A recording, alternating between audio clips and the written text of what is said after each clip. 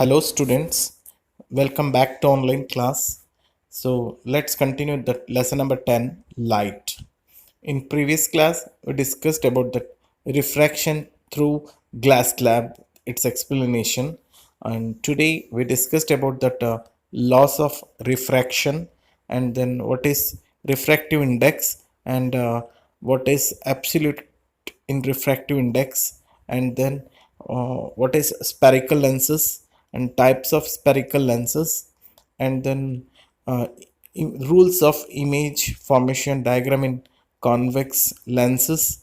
So and if possible we see that ray diagram form image formation in convex lenses in all cases. Okay, loss of refraction. First point, the incident ray, the refracted ray, and the normal to the interface of two transparent media at the point of incidence all lie in the same plane.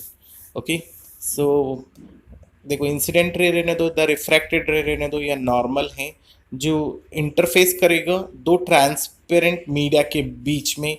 So incident हो रहा है.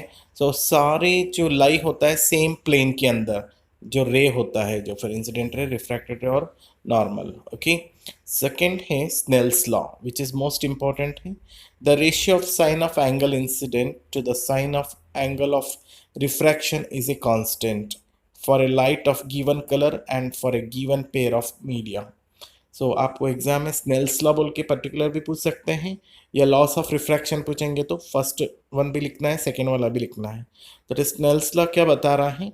Ratio between the sine of angle of incident and the sine of angle of the refraction is a constant, that is sin I is upon sin r is equal to constant. Okay, for a given color and for a pair of medium.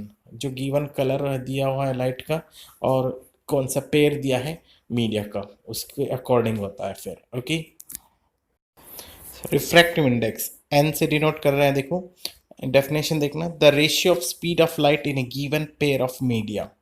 So ratio देखेंगे कौन सा pair of media है speed of light का फिर. Okay, that is n is equal to velocity of light in a medium first upon velocity of light in a medium second.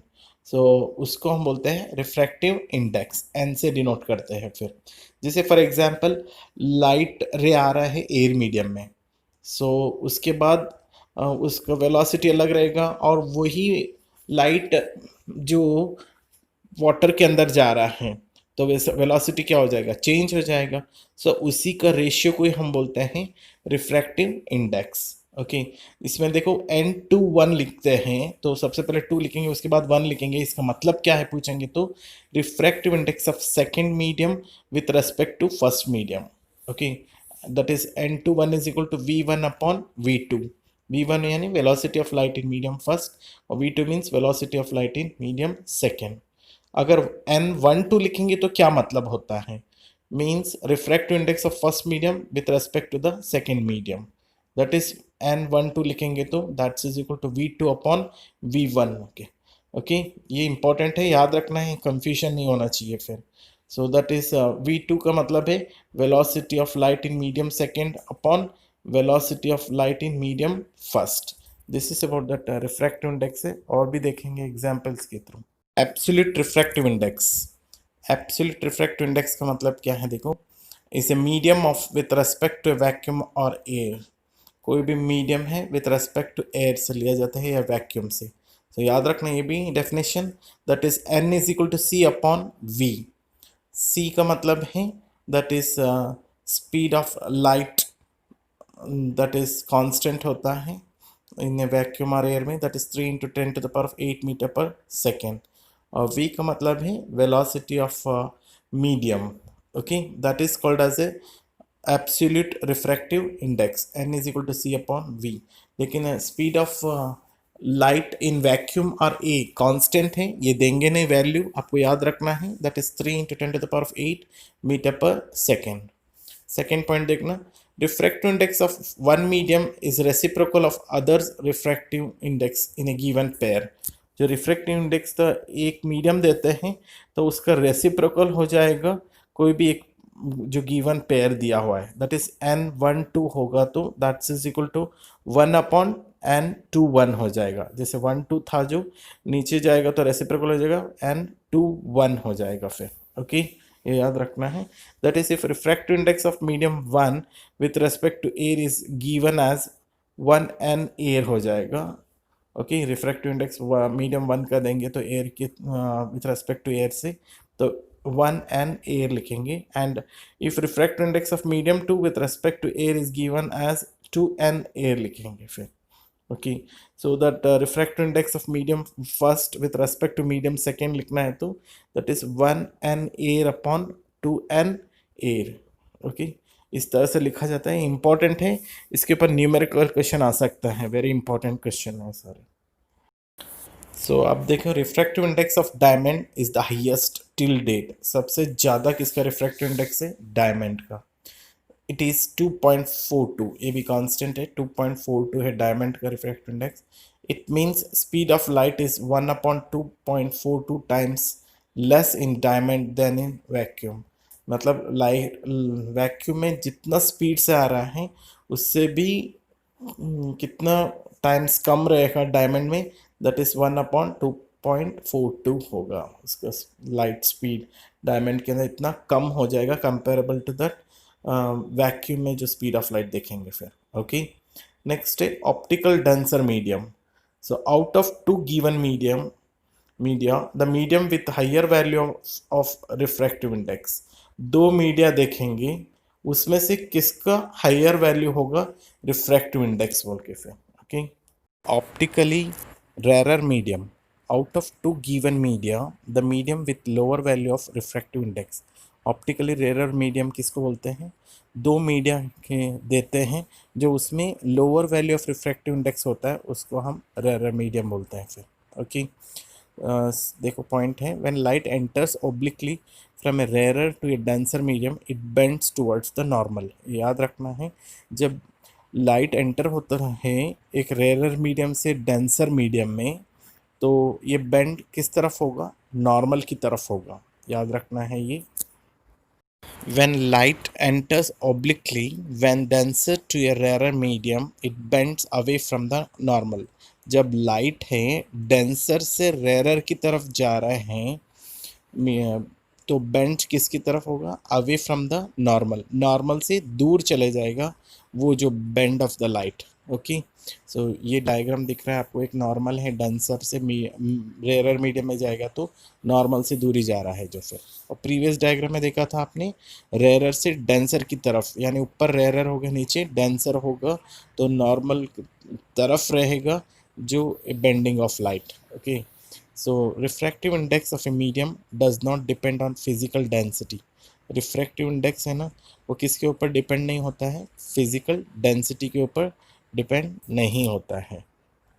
Now we see about that spherical lens, a transparent medium bound by two surfaces of which one or both surfaces are curved। तो spherical lens का definition है, एक transparent medium है जो दो surfaces bound किया जाता है, यानी दो जो फेसेस है उसका बाउंड किया जाता है, अटैच किया जाता है, उसमें से एक कर्व हो सकता है और एक प्लेन हो सकता है, या दोनों सरफेसेस भी कर्व हो सकता है फिर। ओके, स्पेरिकल लेंसेस में टाइप्स बताया है, देखो मेनली कॉन्वेक्स लेंस होता है और कॉनकेव लेंस होता है फिर। सो और भी होता है, देखो प्लेनो कॉन्वेक्स भी होता है जिससे स्ट्रेट देखे और एक कॉन्वेक्स शेप में रहता है आधा, और एक है बाई कॉन्वेक्स होता है। बाई कॉन्वेक्स का मतलब है दोनों कर्व होता है शेप, और सिंपली हम उसको कॉन्वेक्स लेंस भी बोलते हैं फिर। और प्लेनो कॉनकेव है, ये थर्ड वाला डायग्राम कॉन्वेक्स लिख दिया है, थोड़ा कॉनकेव कर लेना आप, वो कॉनकेव है। और थर्ड वाला डायग्राम प्लेनो कॉनकेव, फोर्थ वाला डायग्राम है बाई कॉनकेव है, और we simply called as concave lens. Okay, so देखो अब सबसे पहले देखेंगे स्पेरिकल लेंस में कॉन्वेक्स लेंस। ये देखने में कैसा है? थिन होता है, कहाँ पे? कॉर्नर्स में। कॉर्नर्स में बहुत ही पतला होता है, और मिडल या सेंटर में क्या होता है, अगर टच करेंगे तो थिक होता है कंपेरेबल। ओके, और इसको कन्वर्जिंग लेंस भी बोलते हैं। क्यों बोलते हैं? क्योंकि ये सारा रेस को कन्वर्ज करता है इसीलिए। और कॉनकेव लेंस को क्या होता है, देखने में किस तरह होता है? थिक होता है कॉर्नर्स में, और सेंटर में क्या होता है? थिन होता है, just opposite of convex lens है। ओके। और इसको हम बोलते हैं डाइवर्जिंग लेंस, क्योंकि जो भी रे आएगा वो रे को डाइवर्ज कर देता है फिर। Okay, this is about that types of lenses, and then that's about convex lens and concave lens. अब हम देख रहे हैं rules for image formation by convex lens. Rules देखेंगे। फर्स्ट रूल देखना, जैसे हमने मिरर में भी पढ़ा था रूल से रे डायग्राम कैसे बनाते, अब इसमें देख रहे हैं लेंस में भी इमेज फॉर्मेशंस होने के लिए रूल्स। फर्स्ट है देखो, a ray of light parallel to principal axis of a convex lens always pass through the focus on the other side of the lens. तो देखो जो रे है प्रिंसिपल एक्सिस से इंसिडेंट रे रहेगा, तो उसका जो मिलेगा, जो रिफ्रैक्शन होकर कहाँ पे पॉइंट मिलेगा, at the focus of on the other side of lens. Other side of lens में फोकस में मिलेगा। देखो डायग्राम दिख रहा है, 2f1 f1 f2 और 2f2। ओ यानी ऑप्टिकल सेंटर है वो फिर। ओके, सो देखो पैरेलल हो रहे हैं प्रिंसिपल एक्सिस से, जो रिफ्रैक्शन होकर यानी बेंड होकर कहाँ पे पॉइंट मिल रहा है, f2 other side of the lens, that is f2 पे मिल रहा है फिर। Okay, this is the first rule. Second rule देखना, a ray of light passing through the principal focus will emerge parallel to principal axis after refraction. देखो diagram easily देखो समझ में आ जाएगा। जो रे आ रहा है F1 पर आ रहा है, फिर फोकस पे आ रहा है, सो वो रिफ्रैक्शन हो रहा है, एमर्ज हो रहा है जो किसे, so parallel to the principal axis, वो प्रिंसिपल एक्सिस से पैरेलल में रहेगा जो फोकस पर आ रहा है। सेम केस था इसी में भी, और जो मिरर में भी देखा था रूल्स, जो फोकस पर आ रहा है तो वो पैरेलल रहेगा प्रिंसिपल एक्सिस, ये भी इतने फोकस पे आ रहा है तो प्रिंसिपल एक्सिस से पैरेलल रहेगा refracted ray. Okay, next third rule है, a ray of light passing through the optical centre will emerge without any deviation. यानी डायग्राम देखना, जो रे ऑप्टिकल सेंटर से सेंटर की तरफ आ रहा है तो वो स्ट्रेट निकल जाएगा बिना डिविएशन किया, यानी बेंड नहीं होता है, डायरेक्टली स्ट्रेट पास आउट हो जाता है ऑप्टिकल सेंटर से फिर। Okay, this are the rules है, तीन ही रूल्स है, उसमें हमने 4 रूल्स पढ़ा था मिरर में, इसमें सिर्फ 3 रूल्स पढ़े हैं फिर। ये रूल अप्लाई करेंगे हम जो इमेज फॉर्मेशन होता है जो रे डायग्राम में कॉन्वेक्स लेंस में भी वही ये रूल अप्लाई करेंगे, और कॉनकेव में भी लेंस में भी यही रूल अप्लाई करेंगे फिर। ओके, सो यहाँ पे हम स्टॉप कर रहे हैं। Now we discussed in the next topic next class, so till you take care yourself.